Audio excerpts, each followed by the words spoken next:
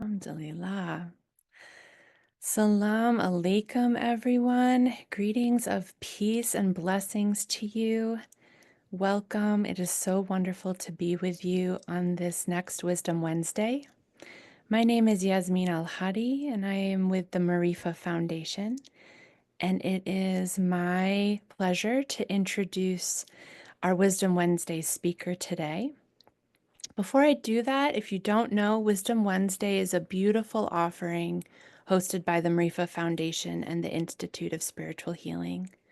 And no matter if you're with us live or if you're listening to the recording or our podcast on YouTube, we're so glad to have you with us.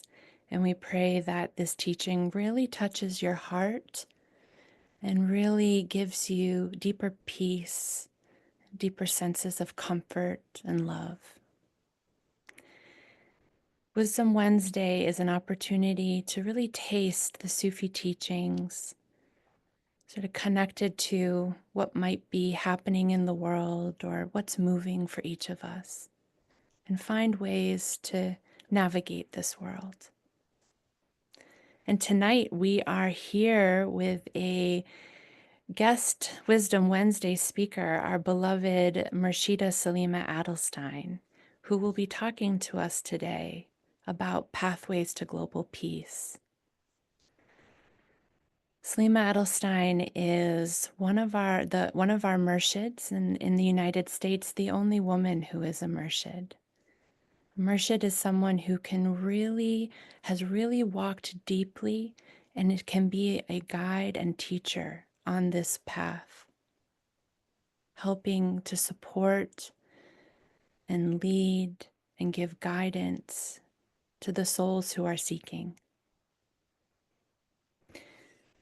She is the co-president of the University of Sufism and the spiritual director and founder of the Farm of Peace in Pennsylvania, United States. And she carries a deep inner strength and love. And as her name indicates, a deep commitment to peace in this world.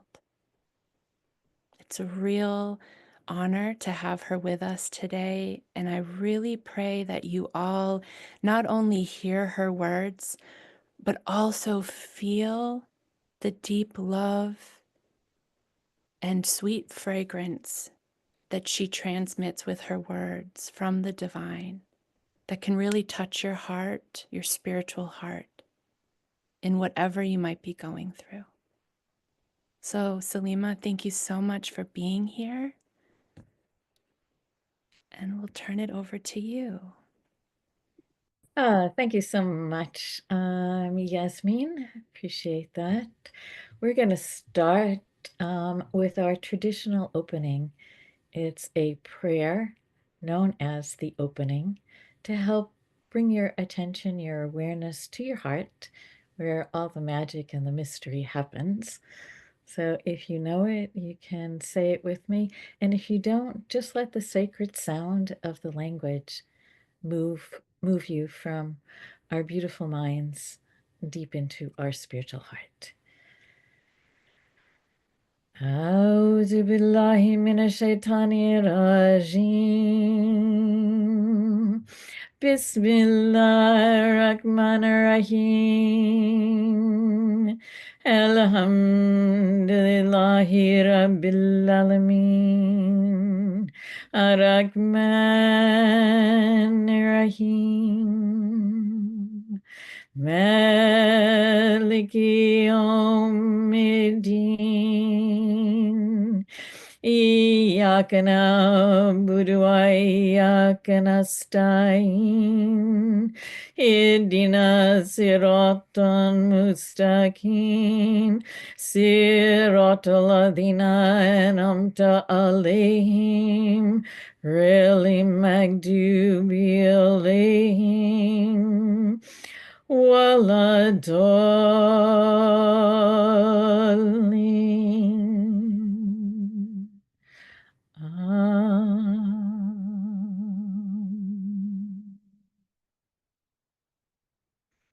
This is Next chant is just a recognition of all the messengers that have come with the message of love and peace and mercy and justice for the world. Layla, hey, la, la. Layla, hey, la, la. Layla, hey, la, la. Muhammadan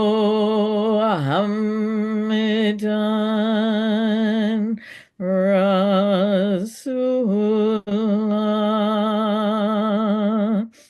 Ibrahim Rasulullah. Musa Rasulullah.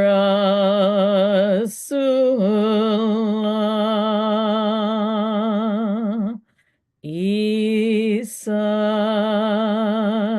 Rasulullah.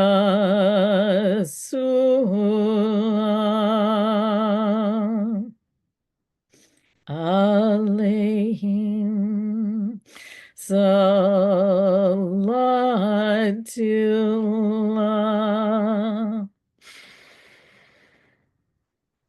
And just allow the vibration of the sacred sound to take you on a journey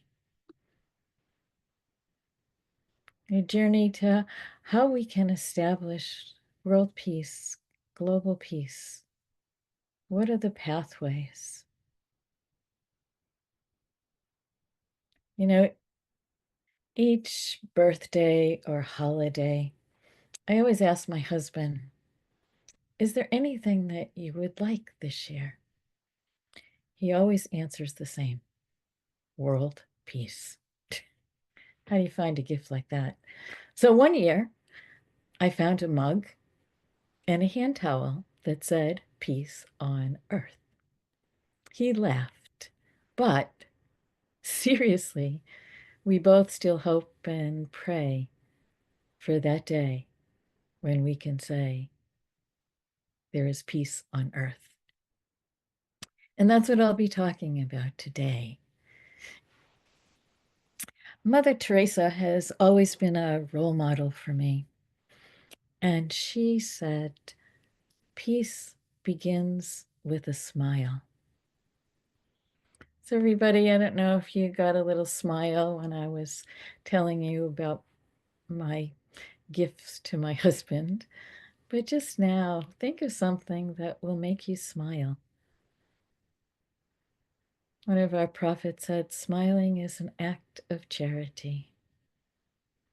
And just notice, what's the effect when you smile upon your heart? And if you're with somebody, I see some of you are together with your beloveds, just turn to them and give them a smile and just notice. I think Mother Teresa was onto something when she said, peace begins with a smile.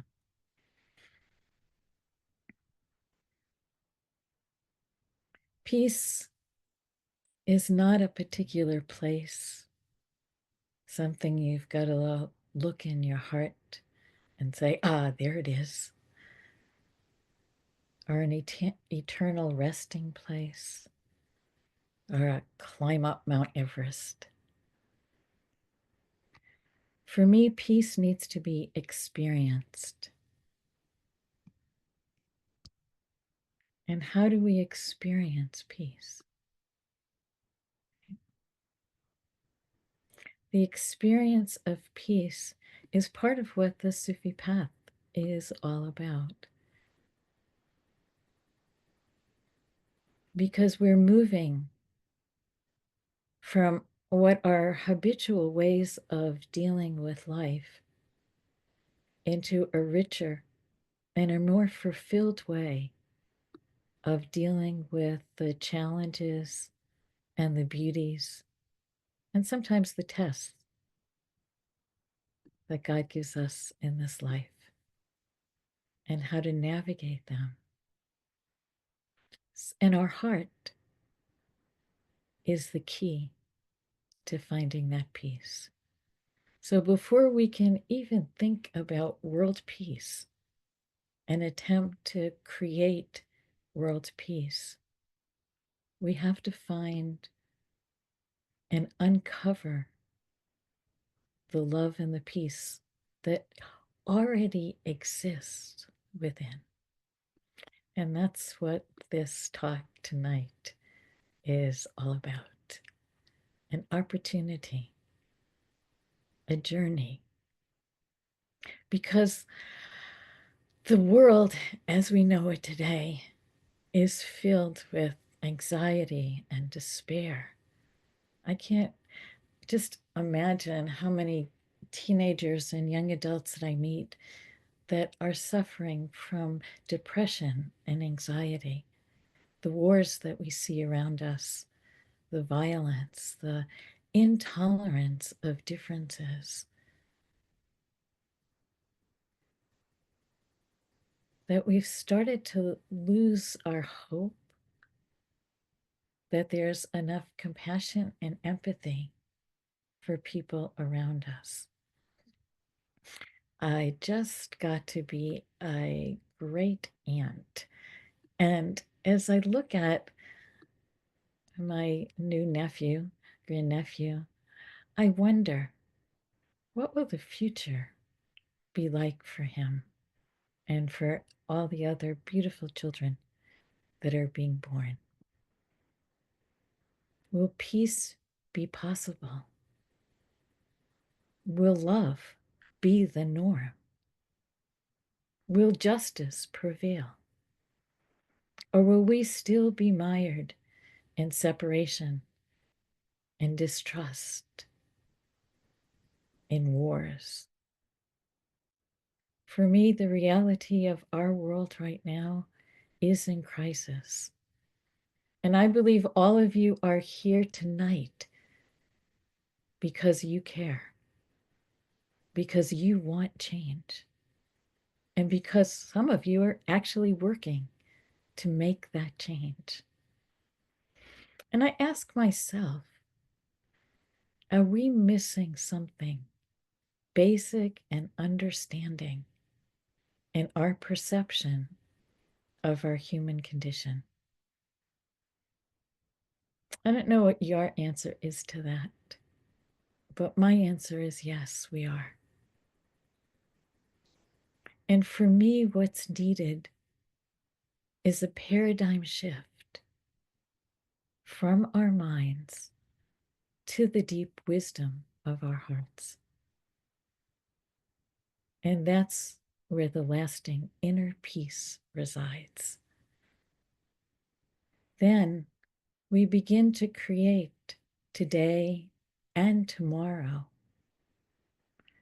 what fills our life and future generations with hope, love, and peace. Now, some of you who are new may ask, well, why the heart? The heart is a microcosm of the macrocosm of the universe. Our heart reflects how we perceive and how we see the world around us. It's a big one, right? Albert Einstein once said, the most important decision we make is whether we believe we live in a friendly or a hostile universe. What do you believe? What decision are you making about your life? I want to give you an example. When we look at the separation of what's happening and all that has an effect on our heart. Scientists have begun to do research on the effect that this has on our heart. And they find that when we're frustrated, Our heart rhythms actually are jagged and unstable. And yet, when we can find appreciation, our heart rhythms begin to change and become more coherent and uniform. When we're experiencing hostilities and anger, again, our heart rhythms begin to get jagged. They look unstable. They're chaotic.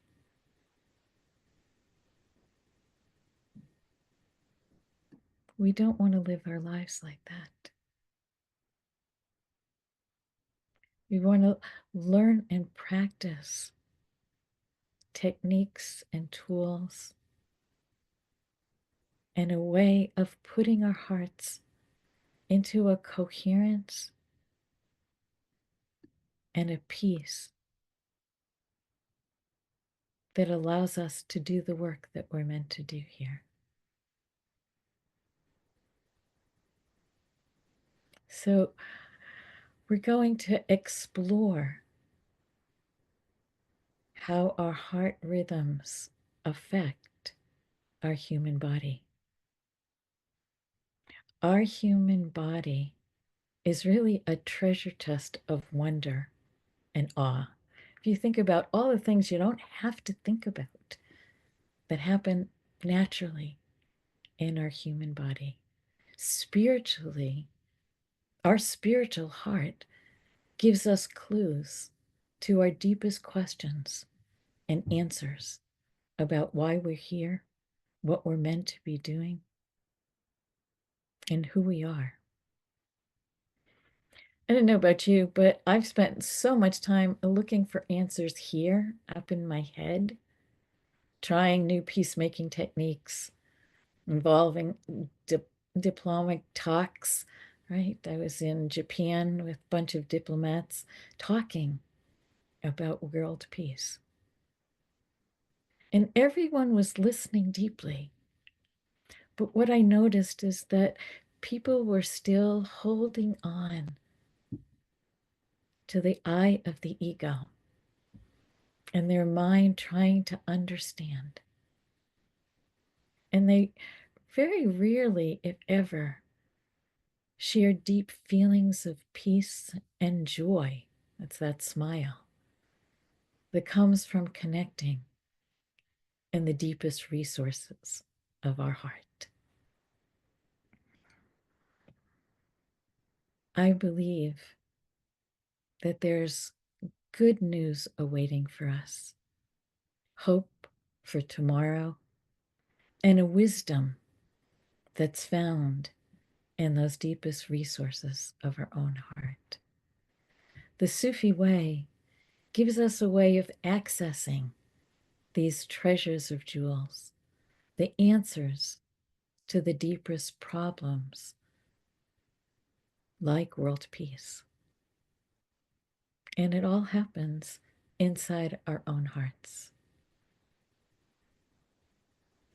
Our hearts hold many secrets and longing. And the more we are willing to enter into that sacred space, to take a bow of our heart and drop out of our minds, we can have the greatest exploration of the treasures inside, and secrets will be revealed to us. Our minds hinder that possibility because its nature is to discern and discriminate, which is a good thing, but it makes separation. It helps us navigate the world around us, but it doesn't help us reach unity or harmony, empathy or compassion.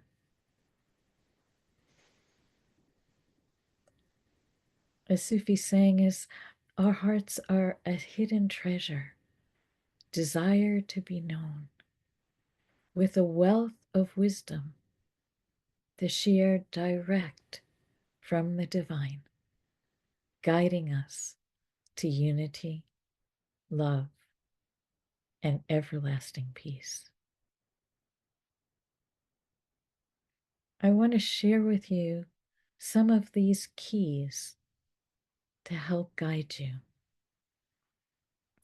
The first key is letting go, emptying and diving deep into, as our poet Rumi says, all the barriers within yourself that you have built up against the peace and the love. Because the greatest war we face is not outside, it's inside our own hearts. And that deep dive takes courage because over the years, we have built up so many defenses, walls, and hurts that keep a strong cover over the truth, the peace. And the ego wants to defend it at all costs.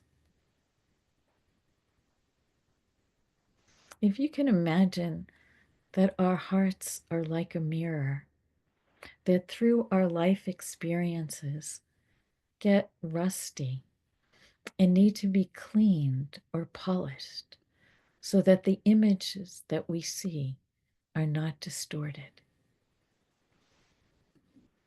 Have you ever looked into a rusted mirror of one of those circus funhouse mirrors that distort your body, make you tall if you're short?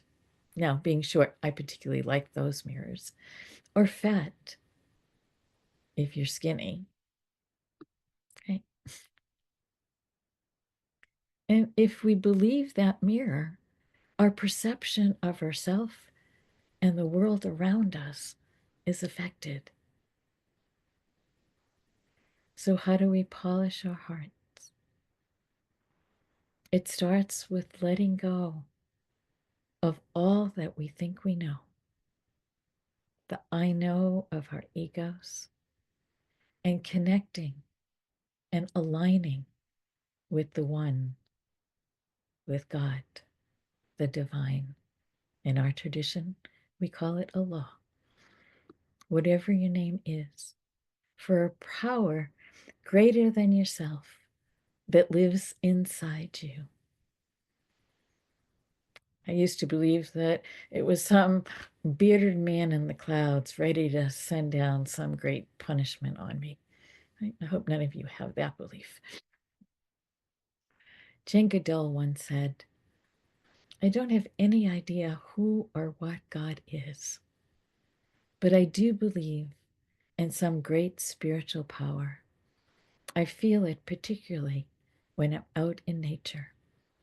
It's just something that's bigger and stronger than what I am or what anybody is. And it's this letting go that allows us to touch that. The letting go of our ego into something greater. Key number 2 is guidance. If you are about to climb Mount Everest, some routes are very dangerous, others a bit easier, and some are so treacherous that many have died attempting. Well, a guide who has climbed that mountain and done it successfully, would that not be helpful for you? And this is why we have guides in the Sufi way, to make the pathway a bit easier and to be a support and a help. There's an old Sufi saying that says, if you come to a guide with a thimble, they will fill it with a thimbleful.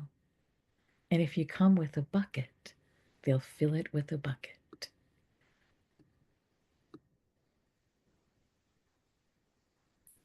get this guidance, we've got to first empty.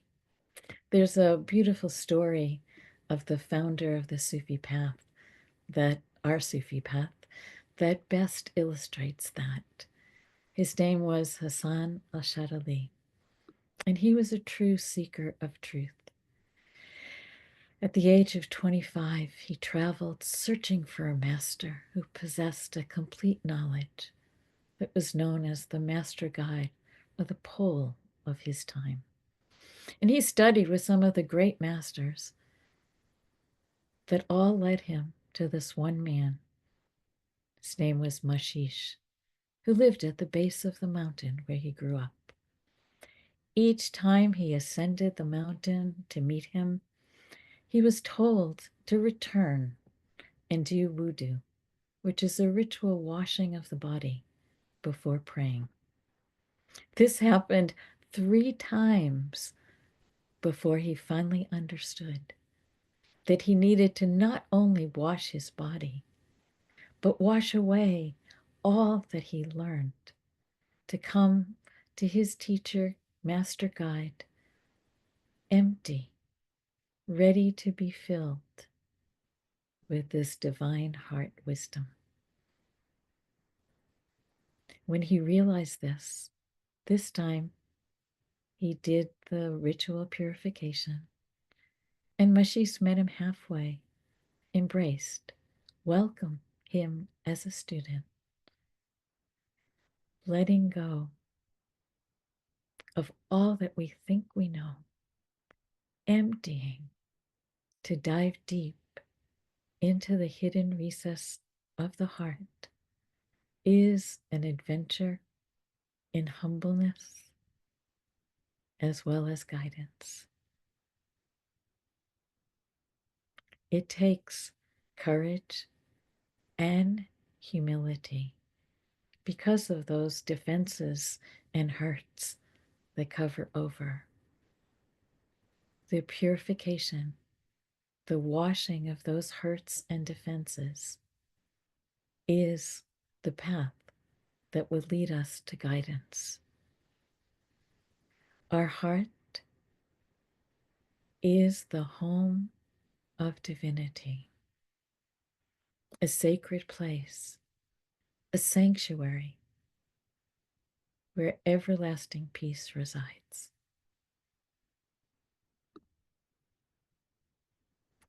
Hassan Shadali traveled everywhere to find what already existed within his heart. Like one of my favorite characters, Dorothy and the Wizard of Oz, finding inner peace, coming home, comes not only with the click of our heels, but by exploring what is deep inside our heart.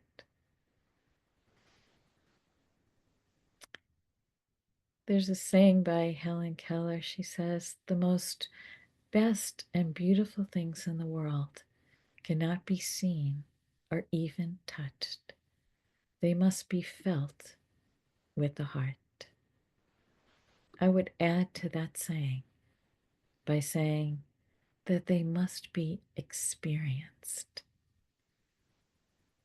Some of you know the story of the honey, where the prophet held a jar of honey, asking his companions, "What is it?" And it wasn't until one of his companions tasted it, actually stuck his finger in the jar, tasted the honey, that he knew this was honey. The Sufi path is this path of tasting. My personal journey taught me in places that I never would have expected, places in my own heart that were in separation, that I didn't even know were in separation. As a Jewish woman, I was in the heart of the Arab section with my guide. And I always believed and was taught that Islam is a religion of terrorists and they want to destroy and take over the world. I personally was scared when I met Muslims who were dressed in head coverings, and I believed a lie that Islam was a religion of terror.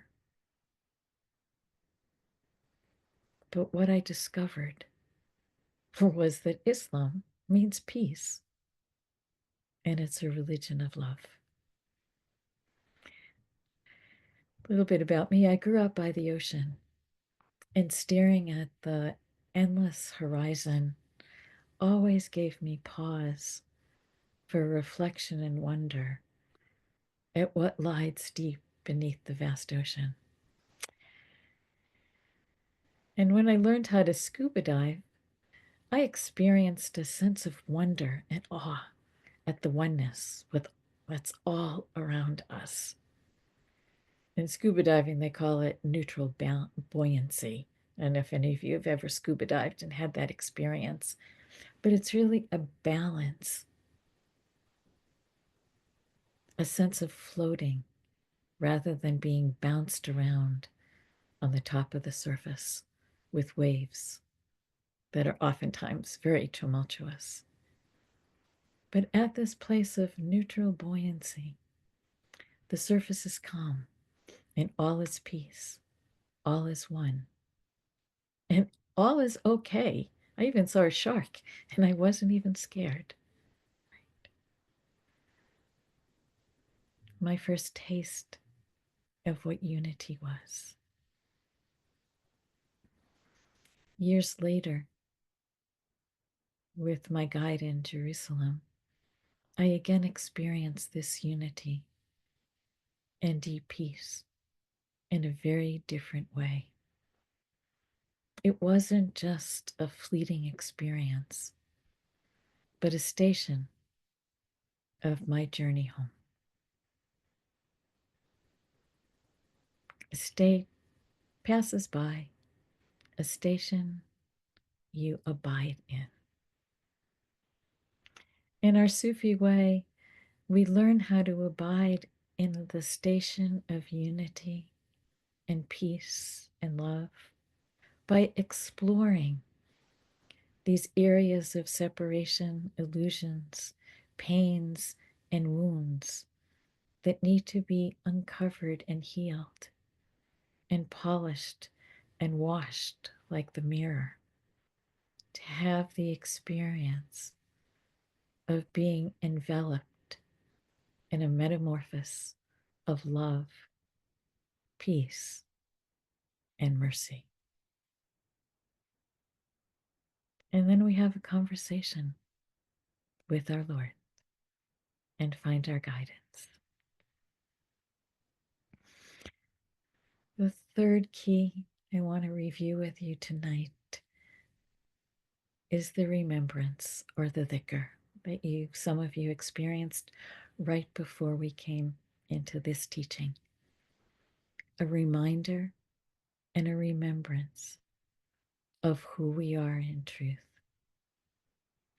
and the essence found in our heart. You all have that experience just as we started this. And in each way, the sounds take us deeper and deeper. It brings a longing in our hearts to know ourselves, to know God. It washes and purifies the heart so that it becomes a clear mirror, reflecting the beauty that lives in each one of us, the jewels that shine through our heart. I have a story that illustrates that I'd like to share with you, a famous Sufi story about two painters who lived in Asia. And they've been great rivals since the beginning of their careers, each one considering themselves superior to the other. No one was able to say whose style was more sophisticated, which painter's work were more beautiful. This rivalry had been going on for so long, and there was so much gossiping, backbiting about it, that the king of the region just became so weary and so tired of listening to the gossip and the backbiting of who was better and what. So he finally staged a competition. In this competition, he wanted to establish once and for all which painters were the most accomplished and the worthiest. So the king decided to assign them a challenge. He had a cave, and he put a big curtain up inside the cave, and he gave each of them the challenge and the assignment to paint the inside of the cave on the palace grounds where he used to go for his practices. So the curtain went up across the middle of this cave so they couldn't see each other's work. And they had 1 month to present their project to the king. The first painter and his companions were very excited. They asked for wonderful colors of paint and immediately set out to draw their designs on the wall of the cave. The other painters, on the other hand, asked for nothing. Strange, huh? They brought with them stones for polishing the surface of the walls and other things for cleaning. They started to rub down the residue of many years of rot and decay and mold that covered the walls on their side of the cave. It took them countless hours and hard work to remove the effect of those mold and mildew and rot and decay on the walls. So they scrubbed and polished over and over again.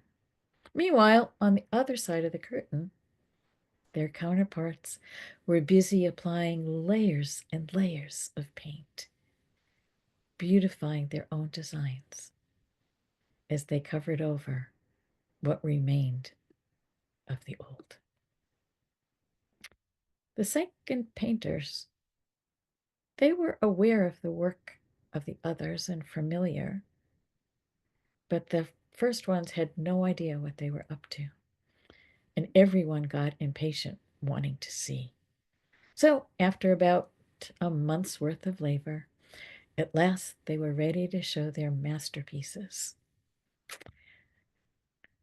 Both groups of painters impatiently waited for the king's arrival.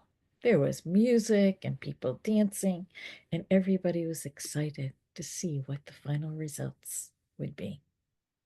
The king arrived with his entourage and went directly to the cave. The designs and the colors applied to the one wall of the small cave transformed it into a grand palace of dreams. He had never seen such beautiful art in his life and was astounded. It took the king a very long time to detach himself from that beauty that surrounded him and to step on the other side of the curtain. He was curious to see how were the other painters going to top that.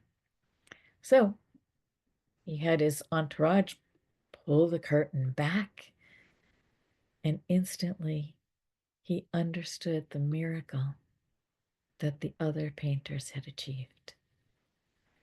The mildew and the stains of the past were all removed. They scrubbed, polished, refined the wall to the extent that everything, including the other painting on the other side of the cave, was reflected perfectly, exemplifying the essence of purity.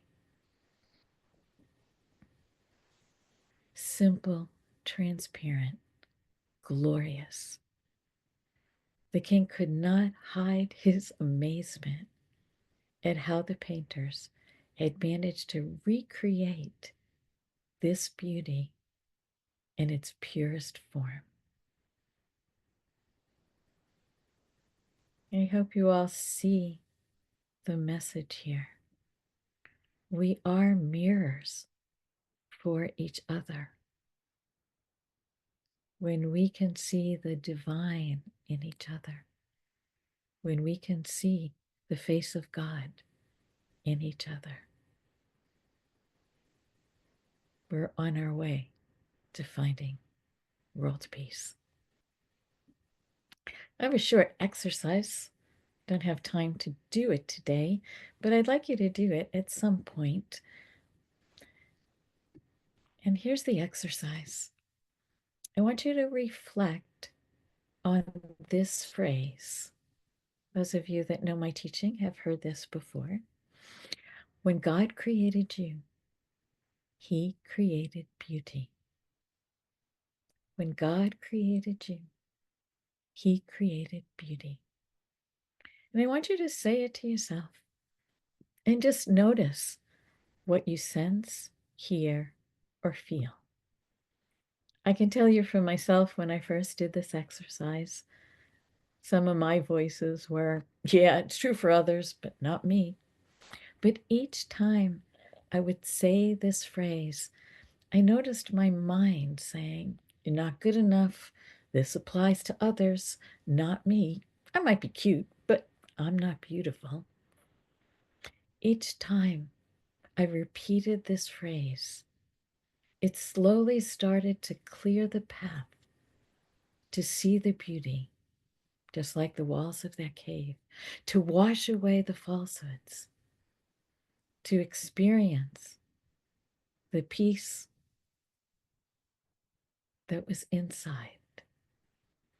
For me, it became like a big hug of love that surrounded those voices and absorbed them in an ocean of love, so that all there was love and peace. So when you have some time at home, try that little exercise out and see if you can get to the place where you can say, yes, this is true. When God created me, God created beauty.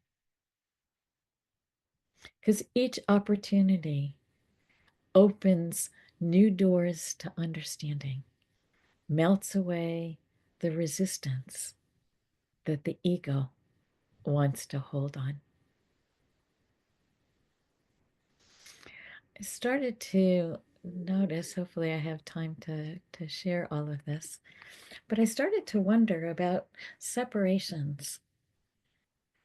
And as I was in Palestine, especially, really looking at how do we perceive each other's holiness? Why do we all pray differently? So I went on an adventure. I ventured into the sacred precinct where Muslims, Jews, and Christians all have their holy sites. And my first stop was at the Wailing Wall. I visited there and I knew you prayed, you left a note of peace in the wall. And I found a beautiful feeling of presence of God came over me. It was soft and feminine, full of beauty and peace. They were prayers that I knew from childhood, so they were very familiar to my being. Well, my next stop was at the church next to Jesus's tomb. Usually there's a lot of lines, but on that particular day, there was no lines. So I went in, got on my knees, prayed, and I felt a loving presence and asked to help understand why we all pray differently, yet the same loving presence that I felt moved my heart again, a reminder of the love that Jesus brought to the world. It was comforting, but not an answer to my question. So I then went to the Dome of the Rock and the El Aqsa Mosque. And if you study Sufism, you'll study these different voices and pictures. Well, my picture was, this isn't my place. It's different. It's strange. I felt the roots of my lineage and not approving what I was about to do. But nevertheless, I went on a mission to understand. So I heard the call to prayer. I watched, followed the women doing the movements of standing, bending, kneeling, and prostration. And in each of those movements, I felt the coming together of each of the prophets, Abraham and Moses, Jesus and Mohammed. I felt a washing of my light body and angels singing God's praises. Spontaneously, tears started pouring from my eyes, and I felt everywhere you turn, there is the face of God. Everywhere you turn, there is the face of God. All those places within myself that were in separation, that felt different, melted into a oneness. I felt refreshed, lighter. And then it was my opportunity to talk to God. And I heard, I created you in different tribes and nations to know each other, to care for each other. And the best of you are the ones who do good works.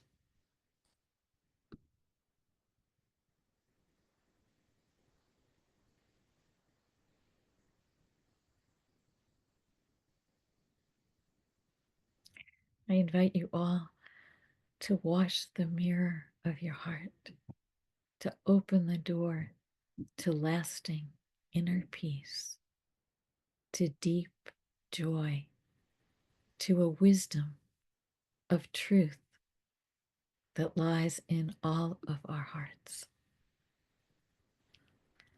Because God's love, healing, peace, mercy, and compassion never leaves us. The Holy Book says God is closer to you than your jugular vein. This applies whether you're distant or near, feeling connected or not, in the flow or not, experiencing a loving presence or not.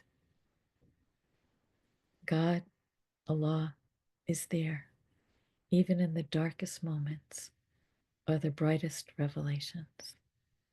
He says, remember me, and I will remember you. Call upon me. I am here.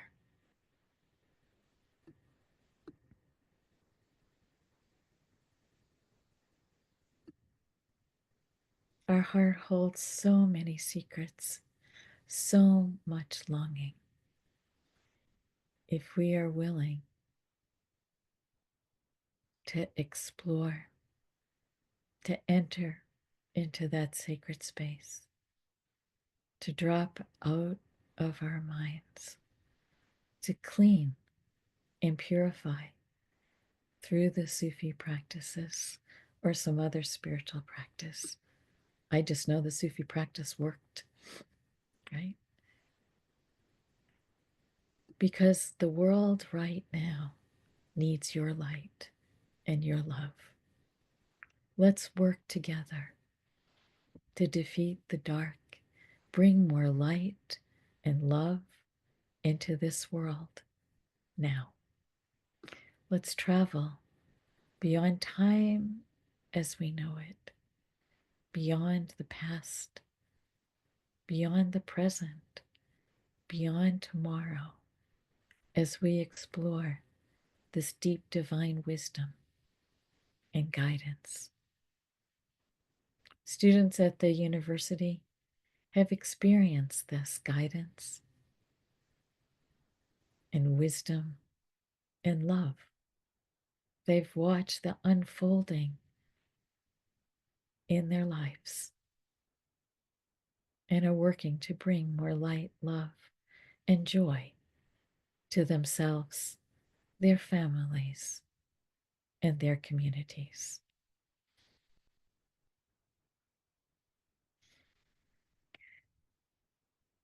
I have a story about one of my students that I'd like to share. It may mean that we don't have time for questions, but we'll see.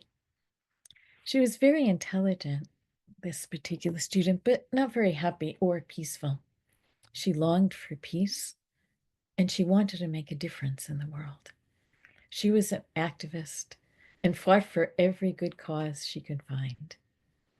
She answered most suggestions with a, I know, I know, but something is missing. So, as we were exploring and learning how to enter into the depths of her heart, she discovered this black box inside. Her mind told her, don't go there. Images of Pandora's box, right? Bad things are going to come out.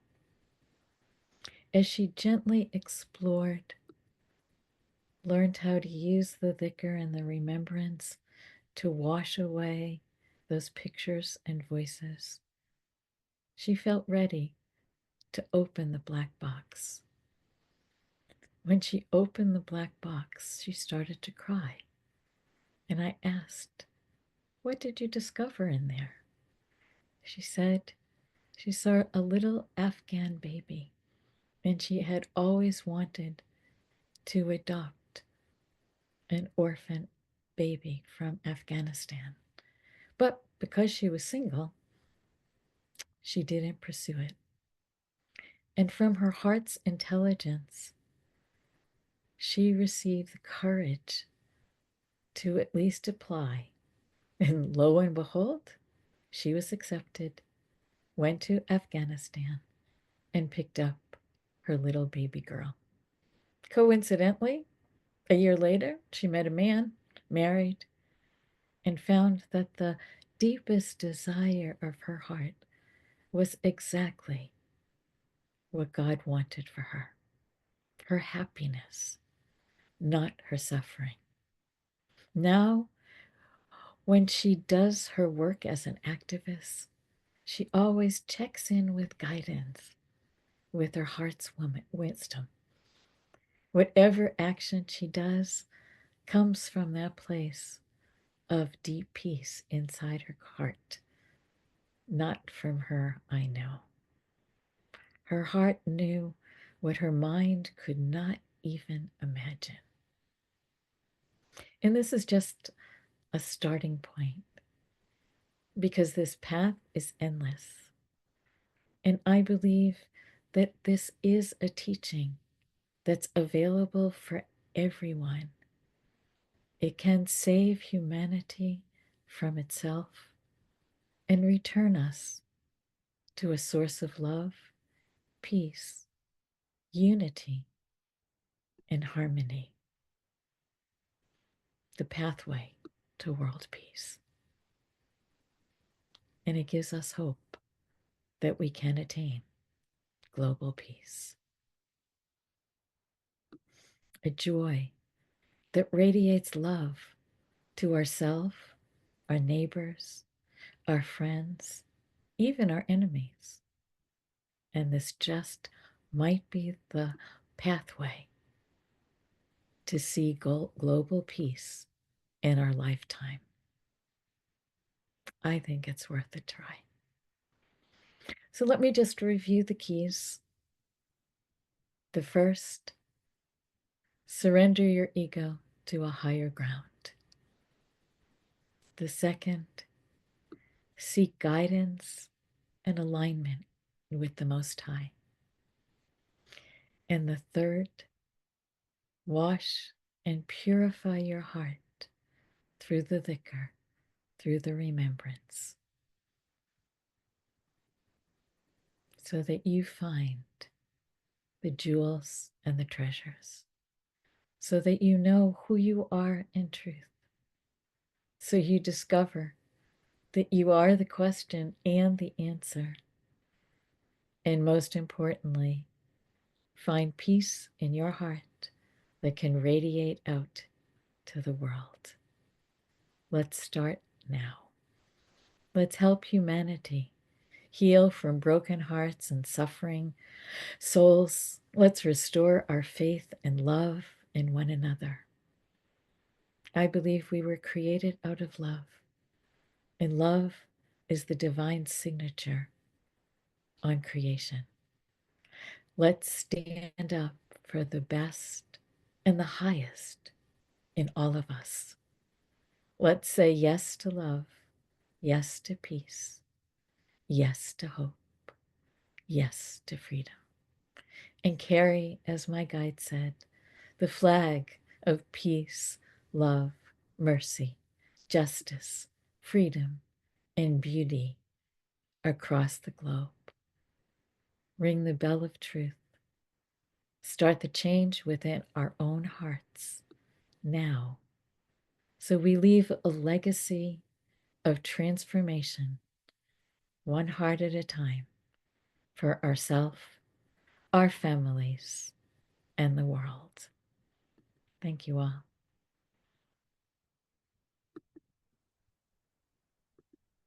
Thank you so much, Salima, for this beautiful teaching and deep, what we call transmission, that feeling your heart gets from what Salima shared without needing to know. Thank you so much. And we pray that it really speaks to all of your hearts deeply. So we're at the end of our time together. And if these teachings really resonate with your heart, I encourage you to reach out to our beloved Nahida Fauzia, who is the Director of Admissions for the Institute of Spiritual Healing. She'll put her email in the chat, courses at drjaffemd.com, so that we can really support you in this journey to continue to deepen in your tasting. We also, right after this, starting at 8:15 Eastern, have our Sufi Circle tonight, which Salima Kathy has put in the chat a bit about it. And if you're not yet part of the Sufi Circle, it's not too late to join. So thank you all so much for being here. Thank you, Salima, for your sharing your beautiful heart and soul with us. And we send many prayers and peace and blessings to each of your hearts, to your loved ones, to your community, and to the world. So we'll Thank you close. so much. Salam Hope to alaikum. see all of you very soon.